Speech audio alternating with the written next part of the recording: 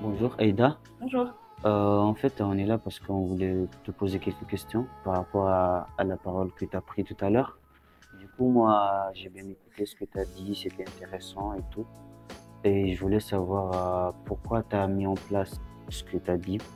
Je suis très très fière de cette jeunesse-là.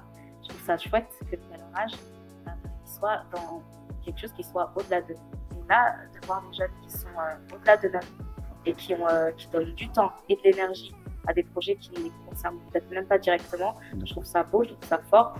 D'accord. Donc, du coup, moi, mon rôle, ça a été vraiment de leur donner 2-3 clés par rapport à leur confiance en eux, par rapport à leur gestion du stress et par rapport à la structure de leur texte. Parce qu'en fait, ils ont vécu des trucs super vivants, ben, ça a été extrêmement riche, extrêmement dense. Et le risque, c'était de s'éparpiller, d'aller dans tous les sens et de ne pas trop savoir comment mettre à profit son temps de parole. Donc, du coup, moi, je suis là pour leur donner des clés pour structurer le texte et ne pas trop s'éparpiller, réussir à restituer au mieux son expérience.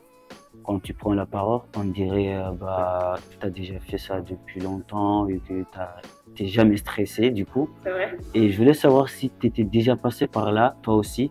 Eh bien, le fait d'avoir cette intention d'apporter quelque chose à autrui, ça me fait me dépasser. Ça veut dire que oui, il y a du stress, oui, il y a de la tension, oui, il y a de la pression, mais l'enjeu, en fait, finalement, d'apporter à quelqu'un, c'est que c'est bien plus fort pour toi que le stress que tu peux ressentir. Et je pense que ça me facilite énormément. Je voulais ajouter aussi que c'est juste de la technique. Ça veut dire que quand je suis dans ma fonction, j'applique juste des techniques que je donne aux jeunes. Je voulais savoir si vous avez déjà mis en place des ateliers, des prises de parole autour et ça s'est passé comment? C'est notre métier en fait de comprendre comment faire pour que les gens apprennent au mieux, comment faire pour qu'ils s'imprègnent au mieux. On a l'habitude, si tu veux, de travailler dans les centres sociaux, auprès de la jeunesse, etc. Et malheureusement, tu sais, quand on les rencontre, ils ont des a priori parce qu'ils disent j'ai déjà fait ça, j'ai déjà fait, ça marche pas vraiment, etc.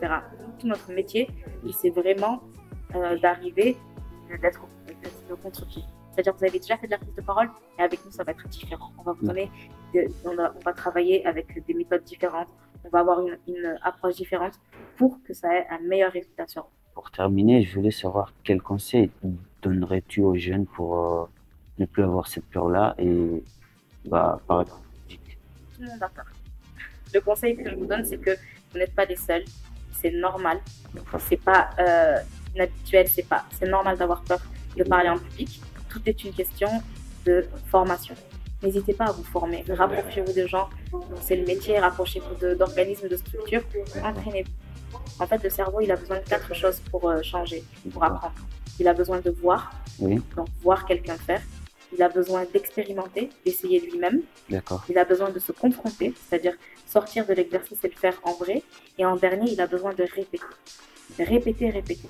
Vraiment, et si on devait retenir qu'une chose de tout ce que j'ai dit là, c'est la répétition. Plus vous allez le faire, et mieux vous le ferez. Et mieux vous le ferez, plus vous aurez confiance en votre prise de parole. Plus vous aurez confiance en votre prise de parole, plus vous aurez confiance en vous dans cet exercice. Et forcément, ça va, par effet de ricochet, vous donner confiance tout simplement en vous.